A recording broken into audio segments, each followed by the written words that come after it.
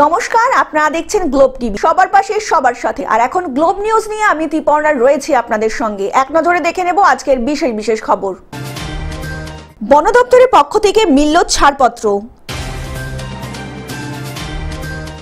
শ্লীলতাহানির অভিযোগে অভিযুক্ত ফেরিওয়ালা। পৌরসভা ঘেরাও অভিযান বিজেপির। শান্তি মেলার উদ্বোধন হলো স্কুল মাঠে। বর্ণাঢ্য শোভাযাত্রায় পালিত হলো হনুমান জয়ন্তী।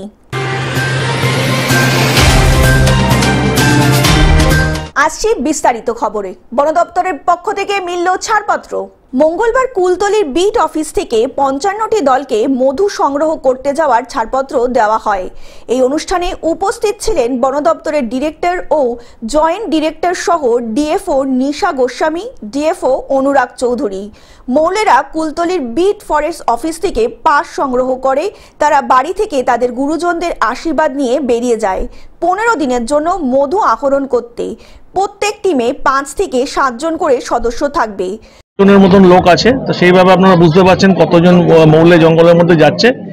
তো এইটা আপাতত ১৫ দিনের জন্য পারমিট আমরা এখনো পর্যন্ত দিচ্ছি। আমাদের যে ১০ টনের টার্গেট আমরা পেয়েছি পশ্চিমবঙ্গ বন উন্নয়ন নিগমের তরফ থেকে, সেইটা আমরা প্রথমে টার্গেট থাকবে সেটাকে কালেকশন করে ওদেরকে জমা দেয়া, এবং তার পরবর্তীতে আমরা সিদ্ধান্ত নেব যে পারমিট সম্বন্ধে কি করা যায়। এ আর বি এই দুটোর কত দাম রাখা হয়েছে সরকারি? এ যে আছে আই থিঙ্ক এবারে বাড়ানো হয়েছে দুটোরই দাম। ২৪০ বোধহয় বি এর আছে আর ২৭৫ আছে এ। এই দুটো দাম হয়েছে, দুটোই আগের বার থেকে কিছুটা কিছু ইনক্রিজ করা হয়েছে। প্রত্যন্ত সুন্দরবন এলাকার মানুষের অন্যতম পেশা হলো মাছ ও কাঁকড়া ধরা। এর মধ্যে উল্লেখযোগ্য একটি পেশা হলো মধু সংগ্রহ করা। যারা মধু সংগ্রহ করে থাকে সাধারণত তাদেরকেই মৌল বলা হয়। এরা বছরের একটি নির্দিষ্ট সময় জঙ্গলে যায় এবং মধু সংগ্রহ করে জীবনের পরোয়া না করেই। এরা মধু সংগ্রহ করে থাকেন জীবন জীবিকার তাগিদে। যুদ্ধ করতে হয় বাঘ, কুমির, বিষধর সাপেদের সাথে। সাধারণত ফাল্গুন, চৈত্র, বৈশাখ এই ৩ মাস মৌলেরা মধু সংগ্রহ করে। অন্য সময় জঙ্গলে মৌচাক থাকলেও তাতে মধু তেমন থাকে না, কারণ অন্য সময় জঙ্গলে কোনো গাছে ফুলও ফোটে না। ফলে মৌমাছিরা ও মধু সংগ্রহ করার পরিবর্তে বাসায় বসে মধু খেতেই পছন্দ করে। তাই ফাল্গুন চৈত্র মাসেই তেমন ঝড় বৃষ্টিও হয় না, ফলে মৌচাকের কোনো ক্ষতি হয় না। আবার বৃষ্টি না হওয়ার ফলে মধুতে জলের পরিমাণ কম থাকে, ফলে মধু যথেষ্টই গাঢ় হয়। তাই ফাল্গুন চৈত্র এই ২ মাস হলো মৌলদের মধু সংগ্রহের উপযুক্ত সময়। স্টাফ ও আপনারা যে সবাই বলিরা আজকে এসেছেন সবাইকে নমস্কার। মিডিয়া থেকেও আজকে অনেক লোক আমাদের সঙ্গে এখানে আছে, সবাইকে ওয়েলকাম জানাই। আর যেরকম প্রত্যেক বছরই এরকম একটা আমরা সূচিটা করা হয়, তো আজকেও আমরা সবাই এখানে এসেছি, একসঙ্গে জড়িত হয়েছি। আজকে পুজো থেকে আমরা স্টার্ট করলাম, পুজোটা করা হয়েছে। জঙ্গলের উদ্দেশ্যে যাওয়ার পূর্বে মা বনবেবীর উদ্দেশ্যে পুজো দেন মৌলরা। ১০ থেকে ১৫ দিনের খাবার সামগ্রী বাদেও তারা সঙ্গে নেয় একটি বড় দা, হেসো, যা মধুর চাক কাটতে প্রয়োজন হয়। এছাড়া এদের সঙ্গে থাকে নিত্য প্রয়োজনীয় সামগ্রী। এভাবেই মৃত্যুকে হাতে নিয়ে জীবন জীবিকা অতিবাহিত করে মৌলরা। বন দপ্তরের পক্ষ থেকে মধুর দাম নির্ধারণ করা হয়েছে। উৎকৃষ্ট মানের মধু প্রতি কেজি ২৭৫ টাকা, একটু নিম্নমানের মধু প্রতি কেজি ২৪০ টাকা। স্বামীদের মঙ্গল কামনায় স্ত্রীরা সারাদিন উপোস এবং বিকেলে সন্ধে নাগাদ তারা পান্তা খেয়ে নিজেদের উপোস ভাঙেন। আমাদের ছেলেরা স্বামীরা মহলে যাচ্ছে, কত হিংসা জন্তু আছে, সেইখান থেকে মধু সঞ্চয় করবে। আমরা এখানে বাড়ি থাকি, ভোরের বেলা উঠে ঝাড় দিই, গোবর দিই, কাজ ছাড়ি। যতক্ষণ না স্বামীরা বাড়িতে ফিরছেন ততক্ষণ তারা মাছ, মাংস, সবজি রান্না করেন না। বাড়ির মহিলারা মূলত সংগ্রহ করে মধু বন দপ্তরে কিনে নেবে এবং ওয়েস্ট বেঙ্গল ফরেস্ট কর্পোরেশন সেই মধু সংশোধনের পরে প্যাকেজিং করে মৌবন নামে বাজারে বিক্রি করবে তারা। ফরেস্ট কর্পোরেশনকে দেওয়ার পরেও মধু বাড়তি থাকলে তা বন দপ্তরের তরফেই বাইরে বিক্রি করা হয়।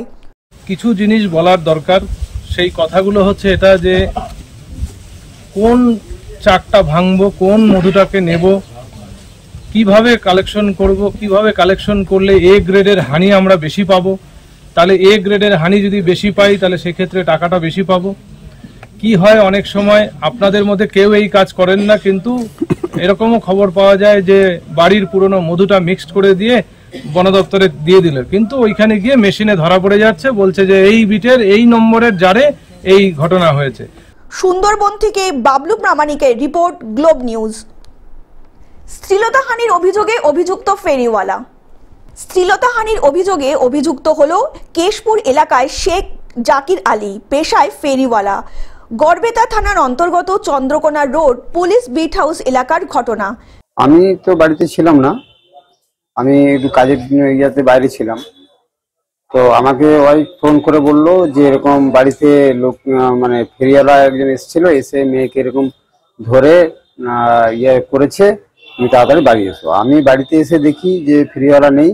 তবে তাকে খোঁজ করি আমরা, চারিদিকে খোঁজ করার পর প্রায় 1.5 কিলোমিটার দূরে যেয়ে তাকে আমরা পাওয়ার পরে পাড়ার সকলে মিলে ধরে নিয়ে এসে ক্লাবের মধ্যে ঢুকিয়ে রাখা হয়েছিল, দিয়ে 2-3 চাপড় মেরেছিল। তারপর পুলিশ যেয়ে তাকে থানাতে তুলে নিয়ে চলে আসে।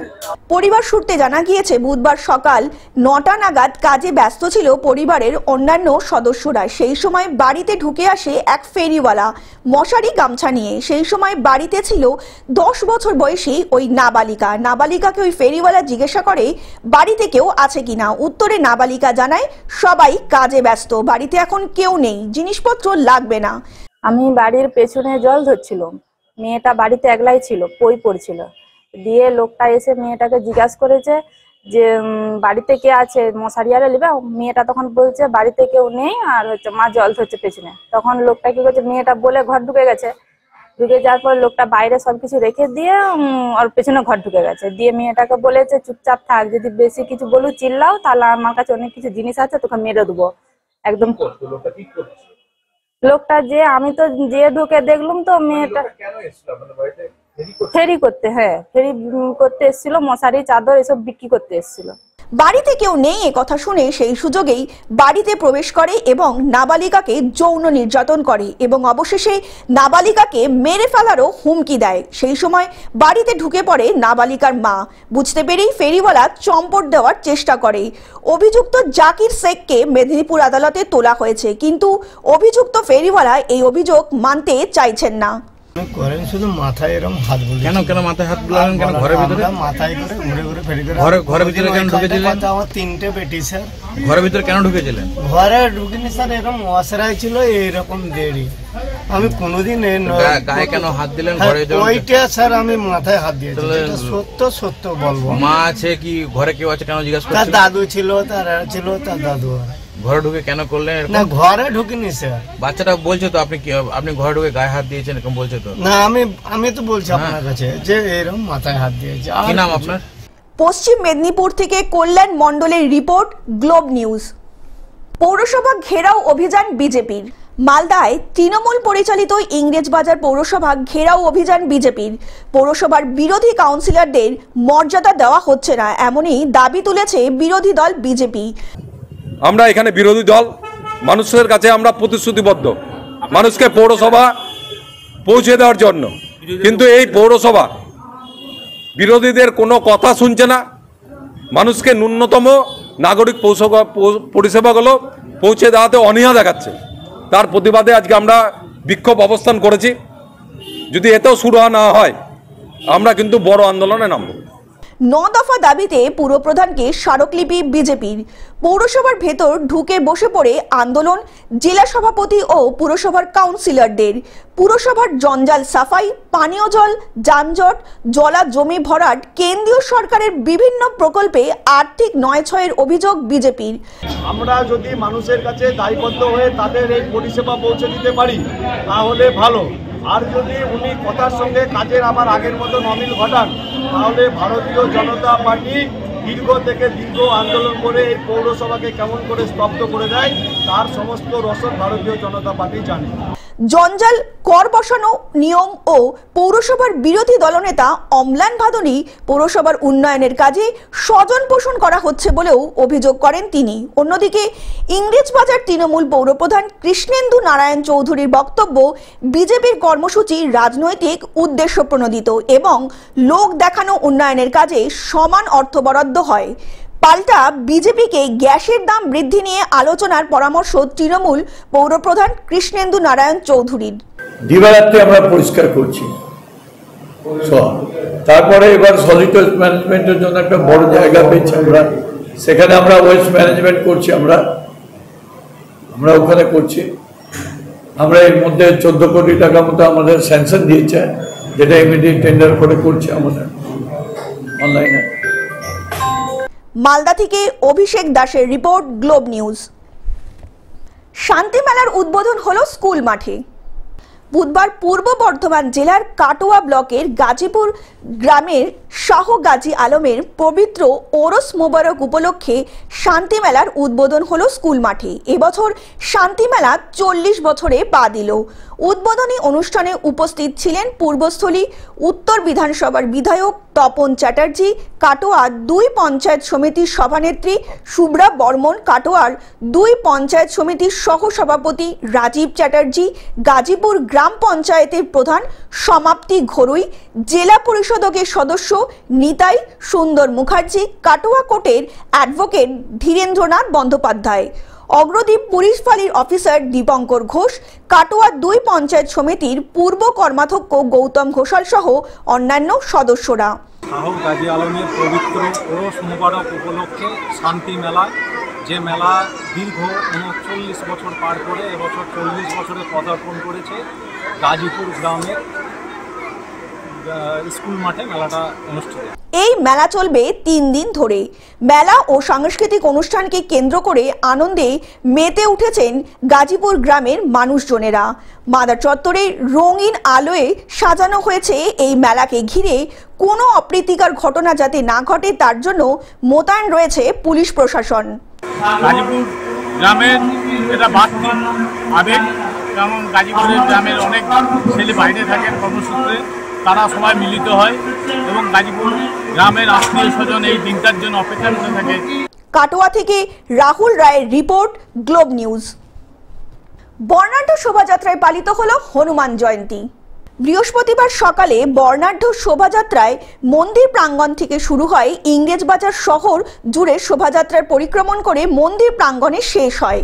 প্রতি বছরের মতো এবছরের দক্ষিণ বালুচর হনুমান মন্দির থেকে বর্ণাঢ্য শোভাযাত্রা বের করা হয়। শোভাযাত্রায় 250 থেকে 300 মহিলা কলস যাত্রায় অংশগ্রহণ করেন। হনুমানদের ভক্তরা এদিন এই শোভাযাত্রায় অংশগ্রহণ করে 10 তারিখ সকালে। শোভাযাত্রার মাধ্যমে হনুমান জয়ন্তীর সূচনা হয়। 11 তারিখ মন্দির প্রাঙ্গণে অখণ্ড রামায়ণ পাঠযোগ্য হবে। 12 তারিখ সুয়ামণি ভোগ, 56 ভোগ ও 101 কেজি লাড্ডু ভোগ প্রসাদ নিবেদিত করা হবে হনুমানজিকে। সমাপ্তি হবে পূজায় সন্ধ্যায় ভজন কীর্তনের মাধ্যমে। জয় শ্রীরাম, বলি শ্রীরাম রামচন্দ্র কি জয়। আজকে আমাদের মন্দিরের বার্ষিক অনুষ্ঠান শুরু হতে চলেছে। আমাদের বার্ষিক অনুষ্ঠান, আমাদের শোভাযাত্রা, কলস যাত্রা যাকে বলা হয়, কলস যাত্রা থেকে আমাদের স্টার্টিং শুরু। ইভেন সন্ধ্যাবেলা আমাদের বাবার অভিষেক আর পুরো মন্দির ডেকোরেশন। মালদা থেকে অভিষেক দাসের রিপোর্ট, গ্লোব নিউজ। টেলিভিশন ছাড়াও গ্লোব নিউজ এখন সমস্ত সমাজ মাধ্যমে উপলব্ধ। বিস্তারিত জানতে ফোন করুন আমাদের টোল ফ্রি নম্বর 1800891974 অথবা লগ ইন করুন আমাদের ওয়েবসাইট www.globetv.in এ। গ্লোব নিউজ এখন এ পর্যন্তই। দেখতে থাকুন গ্লোব টিভি, সবার পাশে সবার সাথে। নমস্কার।